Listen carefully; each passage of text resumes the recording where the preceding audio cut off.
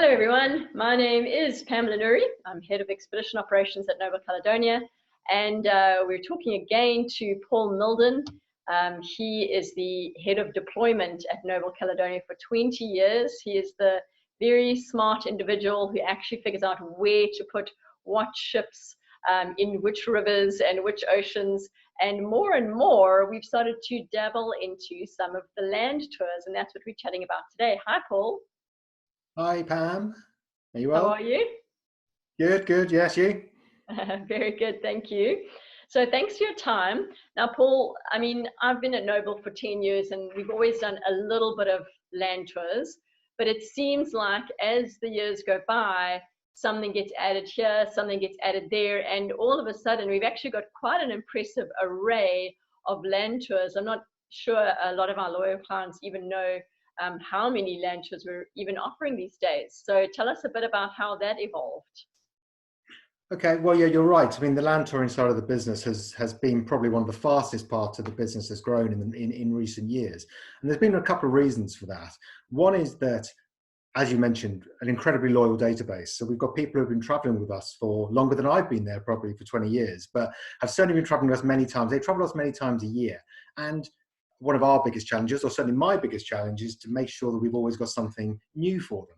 So we always want to make sure that people can continue to travel with us, and we do continue to go to destinations that maybe they haven't been able to go to before. So that's at the forefront of our mind.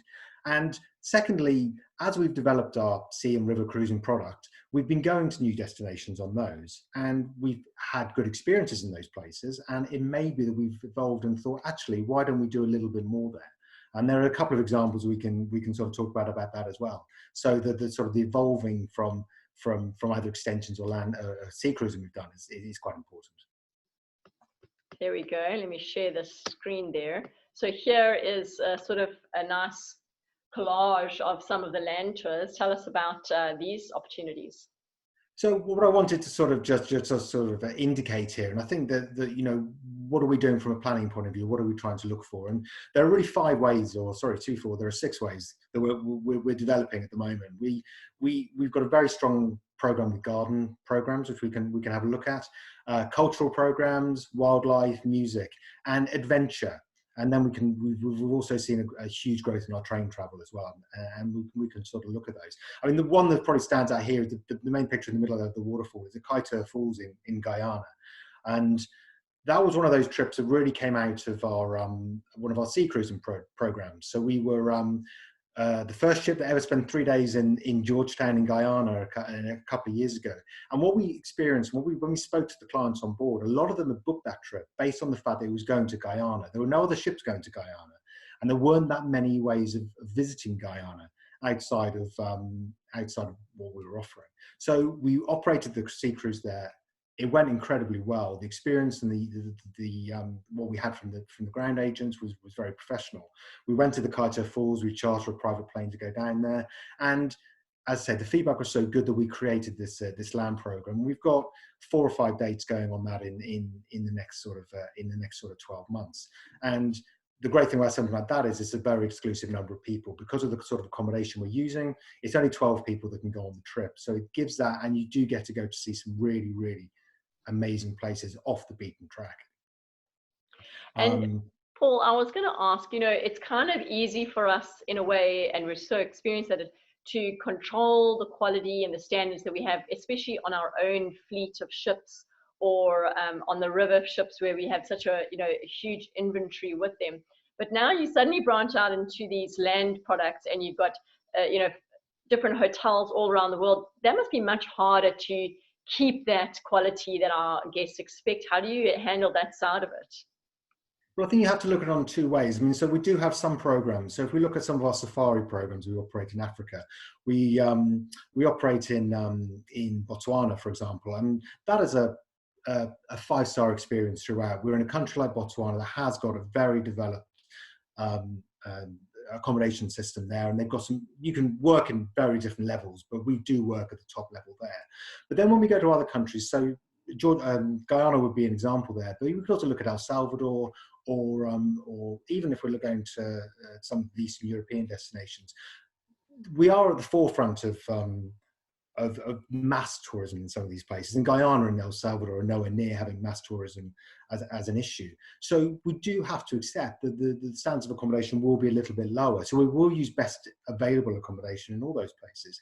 But I do think that when people are wanting to go to those destinations, they're going for the experience. You're going to go to these countries because you want to experience either the culture of these places, the wildlife that is quite unique there, and be more of a pioneer, or not, but in that sort of sense of being one of the first wave of tourists that are going to these places. And with that comes a sense of, you do have to take a little bit of a back step with regards to luxurious accommodations because they're not just quite there yet. But you can find out on a Noble Caledonia website. I mean, you will find trips that are 5-star luxury throughout, and trips that are more adventurous for a different sort of person. And I think people have just got to pick the trip that suits their standards. But wherever we do it, we do try to maintain we are the best available accommodation, and we give the best experience that people can expect. Yeah. Now, I know a trip that I was personally so interested in is this Uganda with the mountain gorillas. And I know there was one of the expedition team, Pierre, that proposed putting together this wonderful trip. So I know that's one of the really intrepid ones. It is Uganda, and that runs a couple of times a year. Hey?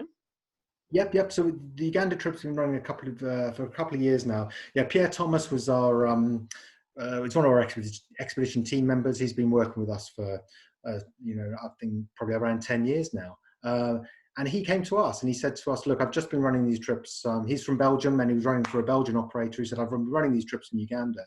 It's a fantastic experience. He knew our clients. He traveled with them on the expedition ships. And he said, I know your clients will love this trip. And it's great that we've got that sort of relationship with certain tour leaders who can come to us and say, because they understand that our passengers, because they know what they're looking for, and because they understand what they're able to do, they can come to us and say, I've got this great trip. So he's created this Uganda trip. He's now created a Malawi trip, which is now on sale as well for 2021. And I have to say, he's coming up with other ideas as well. But this is also the same from we've got other operators as well or other partners or field staff who have come up with some great ideas for us that we've incorporated into trips. Great. And that's a great advantage we have, is when you've got a field staff member who understands the destination and the passenger, who can make sure that it's going to work for us. Okay, now there's a new product that I know nothing about, and I believe it's only just launching at the moment, is these flying cruises, or what do you call it? Tell us about that. Well, these are private jets, and this is a new direction that we've taken, and we weren't really sure how we would go, but the thing we wanted to do was we wanted to create a great experience, which is flying by private jet. It's only 50 people. It's limited to 50 or 55 people on board the plane. And we could make it so that we could create what we try to do with our sea cruising and river cruising, which is interesting itineraries, going to key destinations, but not necessarily the destinations that people have been to before. So we might visit countries that people might be happy to go and spend a couple of days in, but maybe don't want to spend the 12 days on a full tour. So, for example, the trip we've got here is our private jet tour, which is taken about 3 weeks. We've got one in 2021 and we're repeating it in 2022 because 2021 was so popular. And I wanted to combine places that just were interesting, to be honest. For me, I thought Jordan is a fascinating place. I thought Jordan is a great place just to see Petra and to see Wadi Rum. We wanted to go to India, but we felt the places like the Taj Mahal, a lot of people have been to, but the Kerala backwaters. So we're going into Cochin and we're staying down in the Kerala backwaters. We then go up to Nepal and Kathmandu, which again, are places that we've done on our river cruises as an extensions, and have had amazing feedback for. And people have always said they wanted to spend a little bit longer there. So we've included Bhutan in there. Uzbekistan, seeing some of the classic cities on the Silk Road, and then coming back through Tbilisi, which is a sort of a very hot destination right now and very, very popular, and back to the UK. So it was that way of seeing some really fascinating places, and you can only combine those into one trip by doing it on a plane. And as I say, the response has been very positive. And so my question is it like when you go on a bus and you make lots of stops and we say to people, oh, you can leave your stuff on the bus. Is it like that? No, you have to take your stuff with you when you arrive, but it is trying to make this a seamless operation. We fly in, and it's also making sure we do get enough free time in all these places as well. So we're not just travel. It's a good combination of included excursions. But what we did want to make sure was we kept to the ethos that Noble Caledonia has got, which is about educational and experiential travel. So it was about going to places where we weren't just going to go somewhere for a shopping trip. We are going somewhere to see an important site or understand a culture, but also have some nice hotels and also have some free time. Because I believe are the flights done in the daytime or at night? Well, the flights are all during the day. There's no nighttime flights, so it means you maximise your time. Well, you experience the aircraft during the day, but you also get you're guaranteed a good night's sleep in the hotels. And how does it work at the airports, being such a small group, and the check-in desk or something like that? How does it work going through airports? We're trying to use private terminals. We use private terminals throughout, so we don't go through the main airport, which means you're expedited entry into these countries. Your luggage is taken separately, so it is a very pleasant experience. It does take away a lot of the hassles of air travel. That actually sounds great, because I think that's the worst part about flying is just, these days it's like the whole airport's drama. So that sounds really good. And as you say, if it's during the day, you don't have any miserable nights on the airplane, even though, it's spread out nicely. So every night you're sleeping in a nice hotel. That's great. Yeah, and you're not having early or late starts. We can time the planes to travel at the best time, taking into account the time differences of the places we're flying to as well. So, that was a new project that we came up with last year, and I have to say that was one of the more enjoyable things I've been working on over the last. Well, no one knows the globe and what our clients like out of the globe as well as you do. So, have you got any sneak previews of what other plane trips you might be conjuring up in your late night dreams? Yeah. Well, the plane is we haven't got anything planned yet, but we will be launching. We've just launched the trip for 2022, which you had there, and we are working on something to hopefully come out in either 22 or 23 to a different part of the world. So I'm working at that at the moment. I mean, on the other side of the land, one side of the other sides of the that we're looking at quite hard are the garden tours that we operate. So we've had a very successful working with Chantel, who many people will know out there, who's been working on, and Andy Cochran, our company founder. They've been looking at these UK breaks that we've been operating, which combine UK gardens and performances with the London Festival Opera. They've been really popular. We've operated a couple already. We've got Cornwall, the Scilly Isles, and Northern Ireland and Northumberland and Scotland. So we've got a number of those. We're working on North Wales at the moment, so another trip we've got there in North Wales, and there will be a couple of new itineraries possibly to the Lake District and some other parts of the UK. So they're really interesting trips for people who are closer to home. We've also found really big demand for our opera weekends. So we've been doing these trips that go to Milan and Venice, Vienna and Berlin, combining just some fantastic opera in the city opera halls with some time to explore the cities.